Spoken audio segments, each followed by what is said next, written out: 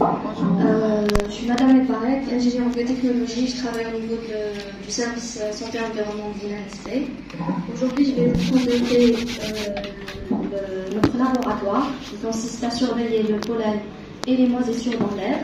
Mais avant tout, je voulais juste rajouter un truc pour ça. Je voulais parler un peu de pollinose. Je sais que, étant médecin, vous avez tous une idée sur la pollinose, mais je voulais juste prendre un peu de votre temps pour parler de l'historique de la pollinose, comment elle a été découverte, et une petite définition avant de vous parler de la surveillance. Alors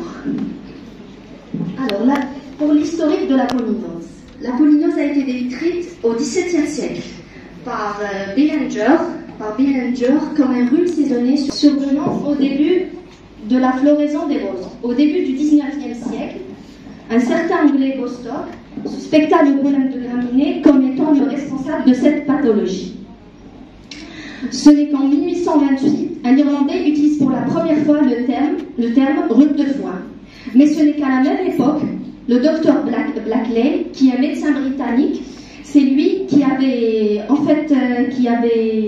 revu cette maladie et qui avait fait une étude expérimentale sur la pollinose. Pourquoi il avait fait une étude expérimentale sur la pollinose? Parce que premièrement, lui, il était allergique. Et comme il était allergique, il a effectué des tests cutanés sur lui-même avec 100 espèces de pollen de graminées. D'où le fait de la réalisation des tests. Et aussi, il a provoqué des symptômes par instillation nasale de pollen de graminées. Donc il a découvert que qu'en inhalant le pollen, on avait des rhinites allergiques, et donc il a découvert ça aussi. Et aussi, il a réalisé une méthode de collecte de pollen à l'aide de cerfs-volants portant des lames glycérinées, ce qu'on fait nous. Pratiquement c'est la même chose, mais juste on n'utilise pas le cerf-volant. Et il a réalisé une méthode de collecte enfin, il a suggéré les premières mesures de prévention par l'utilisation de protection natale qu'il a appelé noise shoes. Et c'est l'ancêtre des babettes. Voilà. Cette maladie phare sera également celle où l'on utilisera en premier l'immunothérapie. Elle fut initiée au St. Mary Hospital à Londres au début du XXe siècle, et les publications de Nunn et de Freeman qui sont sur le Lancet depuis 1911 et 1914 ont montré les premiers effets bénéfiques. Voilà, ça c'est juste un bref historique pour vous, à titre d'information. Maintenant pour la définition, je sais que tout le monde connaît c'est quoi la pollinose, mais c'est juste pour un rappel.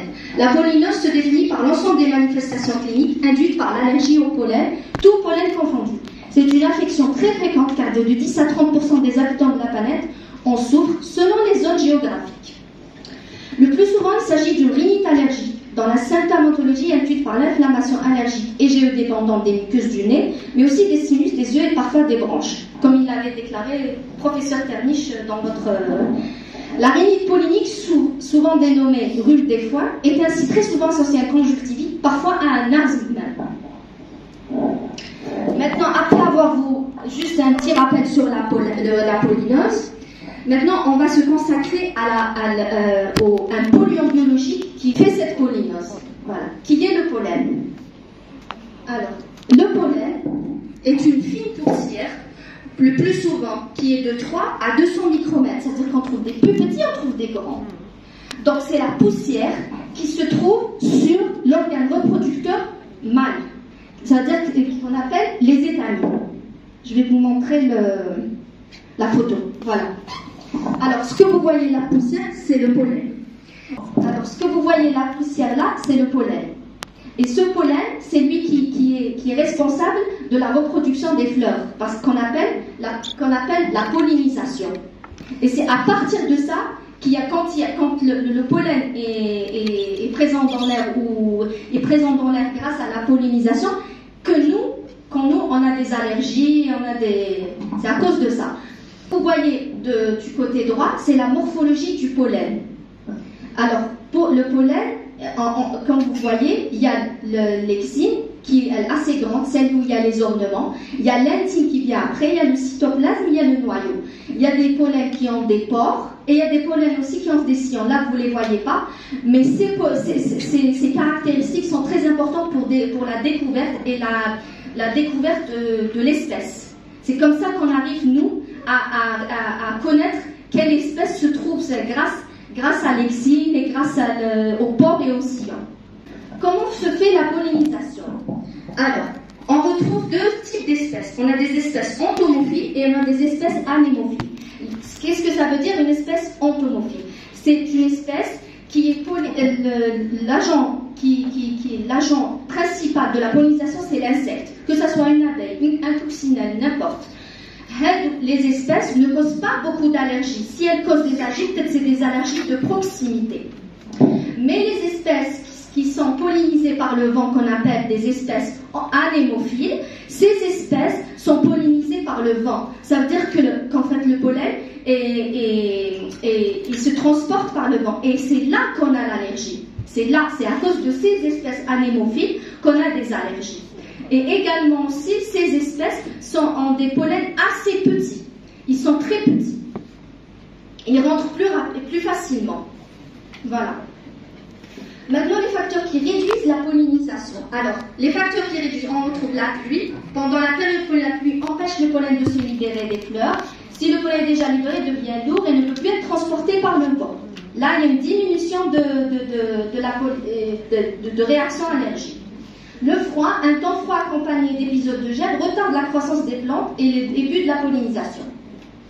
Les facteurs qui augmentent la pollinisation maintenant, on a le vent, principal moyen de transport de pollen en période pollinique. Lorsqu'il y a du vent, des graines de pollen se déplacent sur une longue distance, comme il l'avait déclaré professeur Terry, sur une longue distance, surtout quand il y a des vents forts.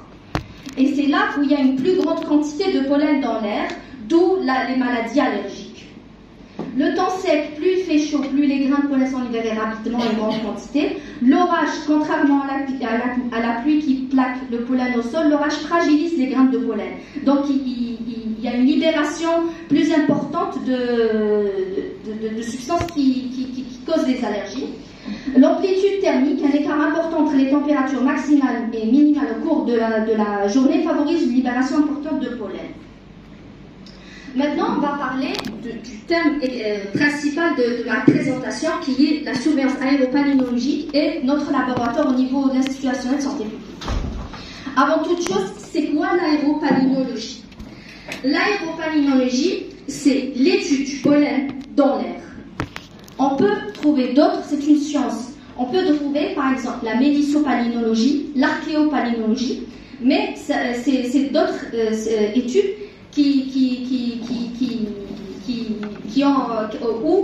où le pollen est identifié à partir, par exemple, une médicopallinologie, c'est à partir du miel, et l'archéopallinologie, c'est à partir des fossiles. Mais nous, comme on traite tout ce qui est allergie et tout ça, on travaille avec l'aéropallinologie. Elle consiste à collecter les graines de pollen libérées dans l'atmosphère d'une région, à les identifier et à les évaluer statistiquement à une période de temps déterminée. Les premières études visant à déterminer le contenu de pollinique dans l'air ont été menées en Angleterre par Blackley en 1873. En Algérie, la première étude a été réalisée par Bessila Kartoubi en 1977 à Alger. Déjà en 1977, on parlait de ça. Les analyses aéropallinologiques sont utiles afin de fournir à l'allergologue des renseignements pratiques et utiles à la bonne compréhension de certains mécanismes allergiques.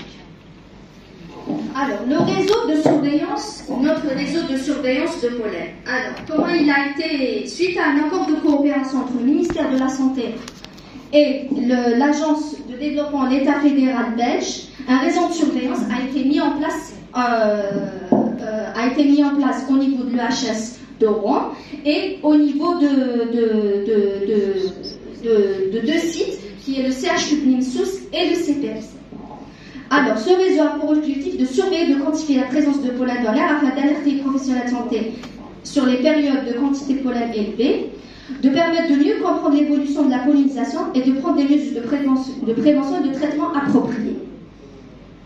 Maintenant, on passe à la technique et à la méthode. Alors, la méthode, ce que vous voyez là, c'est un capteur de pollen. Plutôt, je vais dire un capteur de tout ce qui se trouve dans l'air. Pas forcément que le pollen. C'est-à-dire que sur les lames, on ne retrouve pas que du pollen. On retrouve des pollens, des moisissures et même d'autres choses. Mais nous, ce qui nous intéresse, c'est le pollen Et récemment, on a commencé à étudier les moisissures. Donc, le capteur est de type Hurst. Il est capable de fournir des données représentatives valables d'une zone de 20 à 30 km autour du point de captage. C'est-à-dire qu'il peut capter le pollen qui se trouve jusqu'à 30 km. Le pollen se dépose par impact sur une bande. Alors, je vais vous montrer la bande. Ce que vous voyez là, c'est un tambour. Ce que vous voyez là, c'est un tambour. Ce tambour se trouve à l'intérieur du capteur. Chaque semaine, on le change. Ce tambour contient, comme une bande, cette bande contient de la vaseline qui va permettre de coller le pollen, tout ce qui se trouve dans l'air. Et une fois par semaine, on le change. Ça veut dire qu'on a un résultat de 7 jours. On a des résultats de 7 jours, car après ce qu'on fait, on va les traiter. On va les traiter, comme vous voyez là sur les photos, on va les mettre comme sur une règle. On va prendre avec le ruban, on va le mettre sur une règle et on va le diviser en 7. Pourquoi en 7? Parce que c'est J0, J7. Comme on a laissé le capteur 7 jours, donc on a un résultat de 7 jours. On va les couper, après on va les mettre entre une lame et une lamelle et mettre une substance qui va permettre de coller les deux. Voilà, pour une fixation. Et après, on va les laisser 24 heures, le temps que ça sèche au frigo, et on fera après la lecture grossissement 400 x 40 pour avoir nos résultats. Voilà, c'est ça ce qu'on fait. Là, on a on va dire deux pratiques. Il y a celle où il y a au niveau du capteur où on prend le tambour et tout ça, et on a notre analyse qui se fait au niveau du laboratoire ici à l'INALIST. Voilà. Identification du pollen. L'identification du pollen, comme je vous ai dit précédemment, sur la présence de pores ou d'oscillants et sur l'ornementation de l'exil, comme je vous avais montré au début. C'est-à-dire que tout ça nous permet d'identifier chaque espèce. C'est vrai que ça prend du temps, mais on y arrive. Alors, maintenant, ce que je vais vous présenter comme résultat, que les résultats d'Alger. On n'a pas les résultats d'Oran. Nous, on va vous rappeler nos résultats pour le laboratoire de l'INSP. Pour les 3 mois, janvier, février, mars. Juste une petite remarque, c'est juste que cette année, on a commencé comme je vous ai dit précédemment, on a commencé à surveiller aussi les moisissures. Parce que comme l'a si bien dit professeur Ternich, même les moisissures causent des maladies respiratoires. Mais pourquoi on a pris ces espèces? Parce qu'on a fait des recherches et tout ça pour voir ce qu'ils font les autres pays. Et la majorité travaille sur ces moisissures parce que c'est les répandues dans l'air. Comme l'alternaria, cladosporium, sterphilium et l'épicoccum. Maintenant, on passe aux résultats. Ce que vous voyez ici, c'est la répartition des espèces identifiées au niveau d'Alger. Pour les 3 mois précédents, janvier, février, mars. Alors, les espèces les plus répandues, c'est toujours le cyprès. On retrouve le cyprès avec une quantité assez importante. Janvier, février, mars. Mais la plus importante, c'était en mars. Il y a aussi les pinacées. Les pinacées représentent tout ce qui est sapin, pin, tout ça, on a trouvé une grande quantité. Mais ce qu'il y a, c'est que les cupressacées, par exemple, les cyprès qui est le plus répandu, ils ont un potentiel allergisant assez important. Ça veut dire qu'en fait, ils causent des allergies assez importantes. Par rapport aux pinacées, les pinacées, ils ont un potentiel allergisant. Quand je dis potentiel allergisant, ça veut dire que c'est le potentiel d'un pollen à donner des symptômes et des réactions allergiques. Donc les cyprès, comme vous voyez, les cyprès sont très très répandus à cette période. C'est-à-dire que là, on peut par exemple, grâce à ça, on peut par exemple faire des recommandations que la personne, à cette période, ceux qui ont des allergies au cyprès, qui se préviennent de cette porter des barrettes ou bien ne pas beaucoup sortir ou éviter d'aller où il y a des cyprès. Voilà. Alors, durant les 3 mois, la quantité de pollen retrouvée était à 2060 grains par mètre cube. Alors, il faut que vous sachiez que le pollen, c'est pas grains par mètre cube. Et 2060, c'est assez important, en fait. Et la plus grande quantité a été retrouvée en mars. Et généralement, mars, c'est la saison du printemps, la saison de pollinisation où il y a Sachant que cette année, la pollinisation a commencé très tôt. Elle a commencé à mi-février déjà. Oui, elle a commencé à mi-février. L'année passée, non, elle avait commencé en mars. Mais cette année, elle a commencé en mi-février. Comme s'il y a une précocité de la pollinisation. Quand on dit précocité, ça veut dire que systématiquement, les gens qui sont allergiques ou les allergologues devraient déjà, dès mi-février, voir leurs malades et tout ça qui ont ce genre de maladie. Alors, comme je l'avais dit, les cupressaciens, ils ont été retrouvés quand même à 44% de toutes les espèces. La pourcentage de toutes les espèces, 44%. Ils ont été prioritaires, comme j'avais dit. L'épinacée, certes, on l'a retrouvé, mais ce qu'il y a l'épinacée, même si on retrouve leur potentiel allergisant n'est pas si important. En fait, ils ont les personnes qui causent pas beaucoup une forte allergie. Voilà. En deuxième position, on trouve le peuplier, le platane et les urticacées. Quand je dis les urticacées, c'est la pariétaire et l'ortie. Le frêne et le sol avec des pourcentages pas assez importants. Les autres espèces identifiées, comme par exemple le hêtre, le chêne, le faux mimosa, le troène, l'olivier. L'olivier, à cette période, il n'y en avait pas. Pourquoi? Parce qu'en fait, l'olivier, c'est à partir d'avril. Pas cette période. Voilà. Là, c'est la répartition des spores de moisissure. Alors, les spores les plus répandus, c'est la cladosporium. C'est ce qu'on a retrouvé. On a retrouvé cladosporium et les moisissures les plus répandues pour cette période. On les a retrouvées à 63%. C'est-à-dire que là, c'est utile pour un allergologue qui a des tests sur ça, sur la letternaire et tout ça. Il peut être orienté. On peut les orienter sur ça. Voilà. Maintenant, je passe à autre chose. Professeur Ternich avait parlé du calendrier pollinique. Il avait parlé de professeur Anaout qui avait fait le premier calendrier pollinique. Nous, on a essayé de faire notre calendrier de l'année 2024. Voilà, de l'année 2024. Ce calendrier va aider beaucoup les allergologues parce que comme ça, ils auront une idée sur l'espèce qui est présente. Voilà, qui est présente dans l'air et par mois aussi. C'est par mois. Par exemple, je vais vous donner un exemple. Ce que vous voyez en rouge, en jaune, il y a deux calendriers polliniques. Notre calendrier pollinique comporte deux choses. Il comporte le potentiel allergisant, dont je vous avais parlé. Il y a le potentiel, il y a le fort, modéré et faible. Et ce que vous voyez sur la droite, c'est la quantité de pollen présente par mois. Ça veut dire que ce qui est en marron foncé, ça veut dire que là, elle est accentuée, la quantité de pollen, elle est assez importante.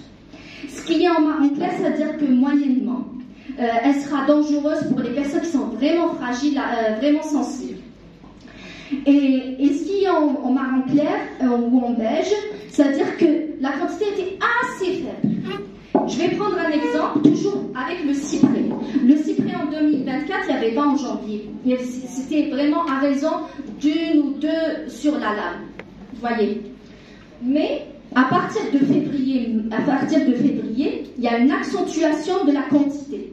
Comme vous voyez bien, en marron foncé, il y a une accentuation de la quantité. Ça veut dire que l'allergologue doit, à partir de février déjà, rappeler ses malades, ceux qui ont une sensibilité au cyprès, surtout ceux qui ont, pour leur dire, voilà, maintenant il faut prendre vos précautions et tout ça. C'est ça l'utilité d'un calendrier pollinique. Là, on a mis toutes les espèces, mais peut-être qu'un allergologue, il a des espèces précises, par exemple comme les graminées. Maintenant, on n'a pas retrouvé les graminées. On ne retrouve pas surtout les graminées, généralement, on les retrouve vers mai ou bien vers octobre. On ne les retrouve pas maintenant, on ne les retrouve pas en grande quantité. C'est-à-dire qu'en fait, le danger commence à partir de mai.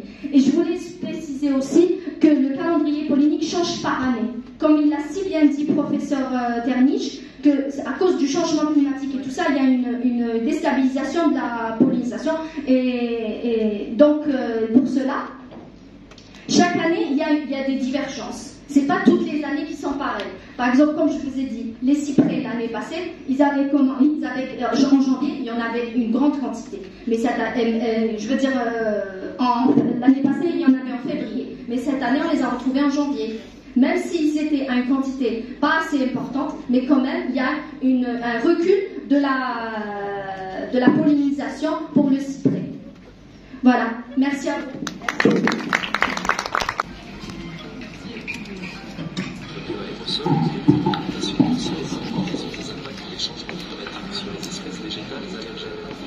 Ils sont les principaux responsables de la rhinite allergique saisonnière, mais aussi à l'augmentation des problèmes de santé chez les asthmatiques. Ça, ce sont un de nos capteurs.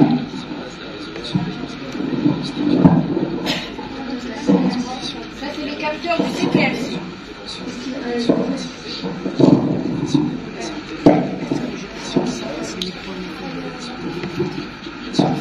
Vous voyez là, c'est les capteurs du CPLC. On a fait une vidéo sur notre travail.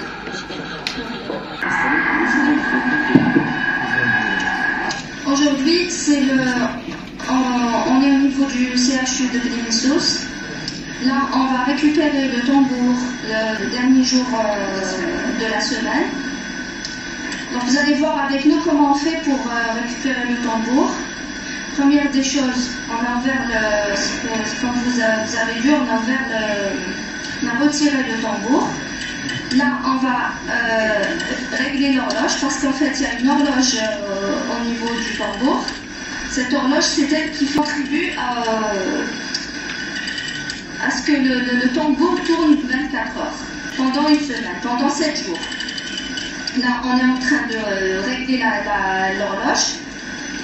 Pour la remettre à zéro, on enlève le tambour. Voilà, on le met en cache dans son support. On le met dans son support. Voilà. On le met dans son support. Et là, on remet un autre tambour. Voilà. Comme vous voyez là, on va le fixer sur l'horloge.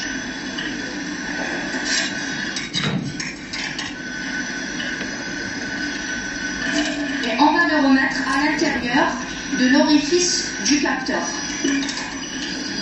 En prenant soin de bien faire entrer le support du tambour. On referme hermétiquement. Et là, si vous voyez bien, là, on enlève ça pour que ça puisse tourner. Voilà. Et on laisse pour cette tour.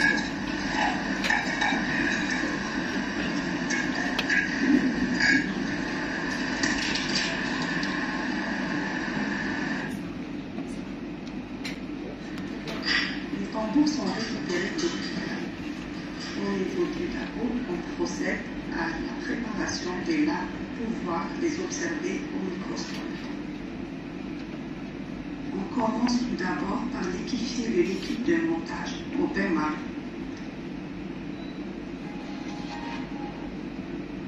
On enlève la bande adhésive du tambour. Par la suite, on la place sur une règle d'assemblage pour découper en 7 fragments.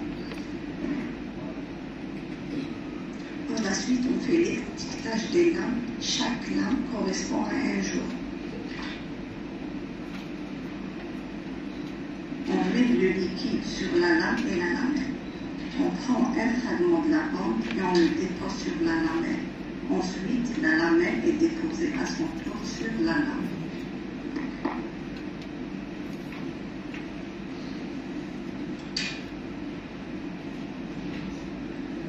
On presse délicatement pour enlever les bulles d'air.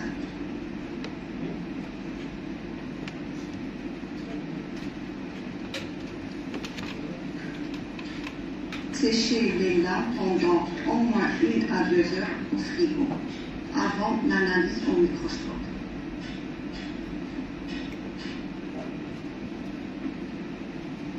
On va préparer le tambour.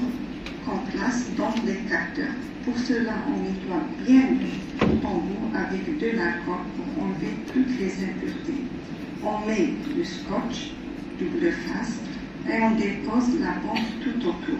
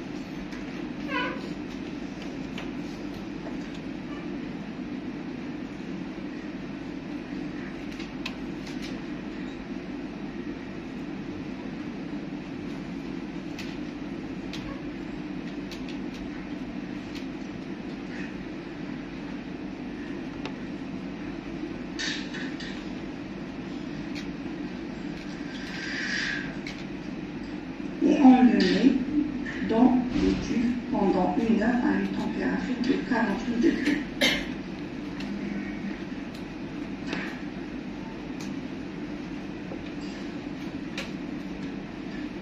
Lames sont séchées. On passe à la lecture sous microscope et au comptage des différents types d'épaulettes.